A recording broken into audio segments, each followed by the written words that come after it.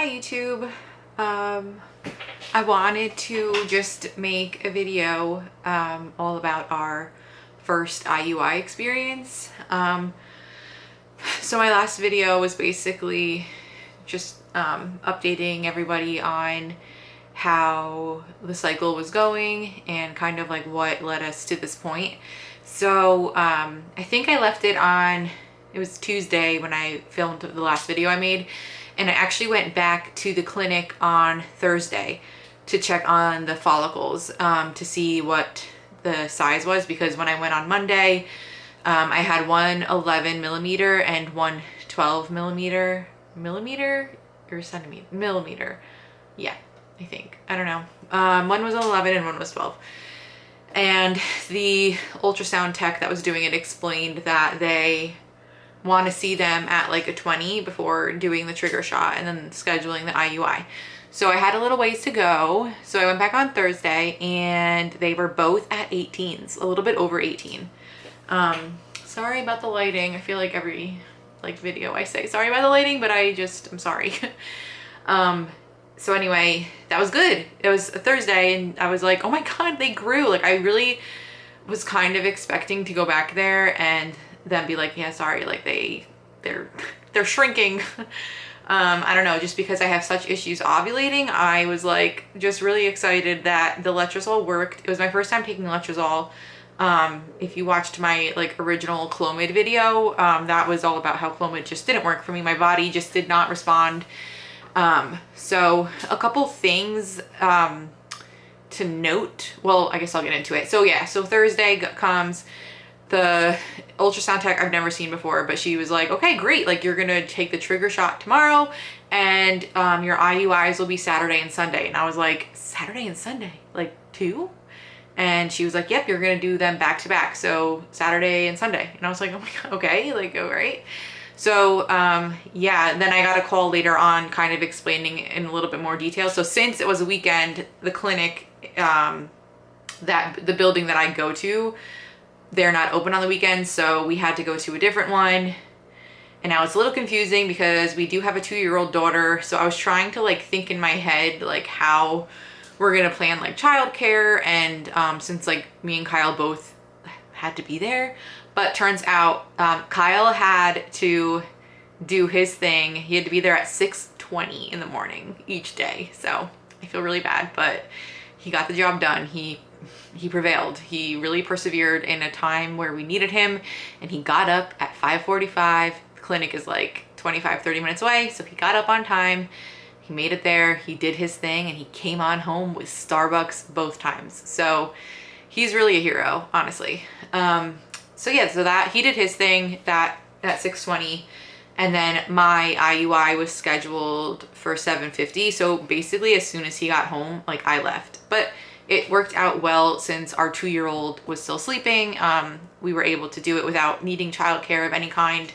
It was definitely stressful because it was a weekend, and our weekends, especially when he's off, are pretty like jam-packed. So it was just an exhausting weekend. And also our 2-year-old has just been not sleeping. Like she just hates sleeping. So that's been exhausting too. She turned 2 in September. So I'm hoping, I'm hoping that she'll get over this pretty soon, this phase of not sleeping. So anyway, the IUI itself was pretty nerve-wracking, but it was really easy. So the first day I had like no idea what to expect. And keep in mind, this was a Saturday morning at the clinic, and it was like, I think I got there like right at 7:50. It was packed. Like people were getting blood work done, ultrasounds. I think I overheard people talking about like egg retrievals for IVF. There was just a lot of people, and I had to wait for like 30 minutes. And the entire 30 minutes, I'm like so anxious. I'm trying to, like, they're calling all these other girls because they're just getting blood work done. So it's obviously a quick process, much quicker than an IUI.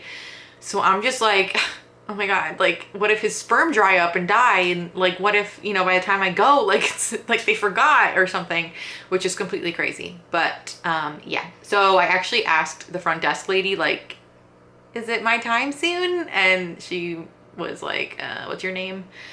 So she's like, yeah, everything's ready. We're just waiting for a room. So I was like, okay. So like 3 minutes later, they called me back. I was like, okay, great. So go back.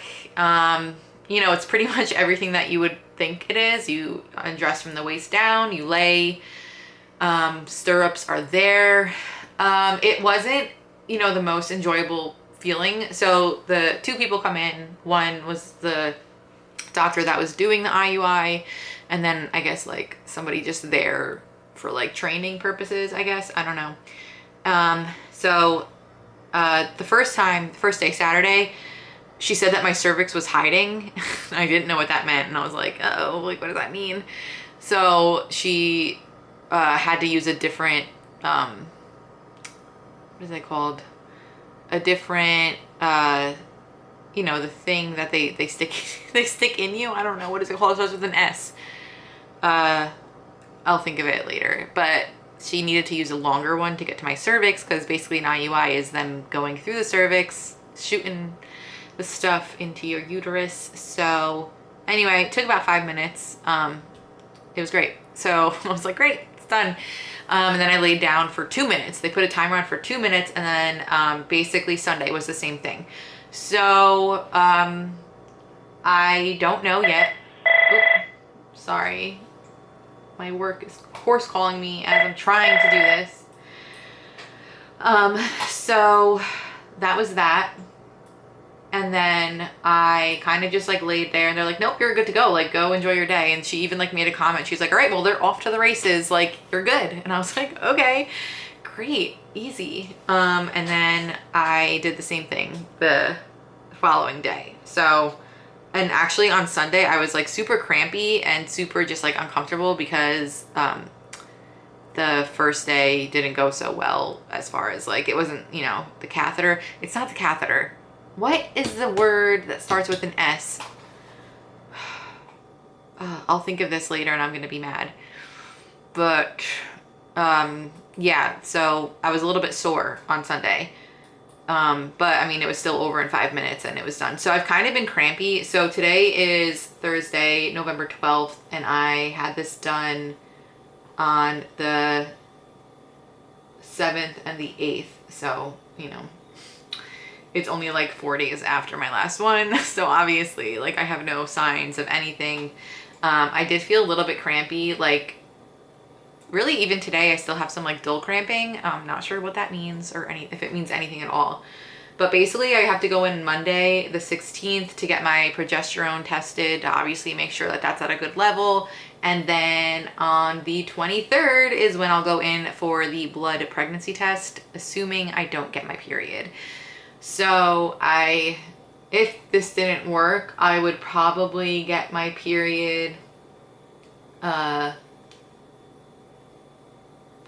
right around maybe like the 22nd. But they kind of have the pregnancy test like exactly 2 weeks after I ovulated, if I ovulated when I was supposed to. Also, the trigger shot really wasn't bad either. I think it was kind of like how the HSG is. Like, I was just, the anxiety of like not knowing what it felt like made me the most nervous. But yeah, we'll see. I'm really hopeful. You know, I'm the type of person, like, I get stressed out really easily and I overthink a lot of things. And I am just really trying to like remain zen and just not, you know, be hopeful, but not too hopeful to the point where I'm going to be devastated if I'm not pregnant.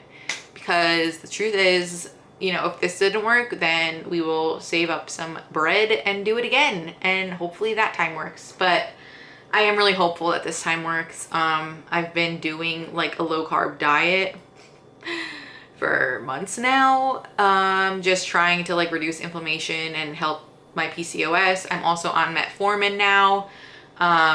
And you know, I take my vitamin every day. So I'm just really, really hoping that my body is like happy and accepted the sperm with delight, and everything is, you know, happening right now as we speak. But I will obviously update you guys on the results. I'll probably also make a video about like what my progesterone level was, see if I needed any help with that. I don't think I will, but you never know. So yeah, that's really that. If you have any questions about the experience, if you're having an IUI soon, feel free to leave them down below, and I would definitely, answer them in as much detail as I can from my experience. But yeah, leave any questions you have. If you like videos like this, trying to conceive, fertility stuff, feel free to subscribe, because this is one of the main things going on in my life, aside from our 2-year-old daughter who isn't sleeping. This is basically what we're, dealing with. So yeah, feel free to subscribe if you want, and I'll talk to you guys later. Bye.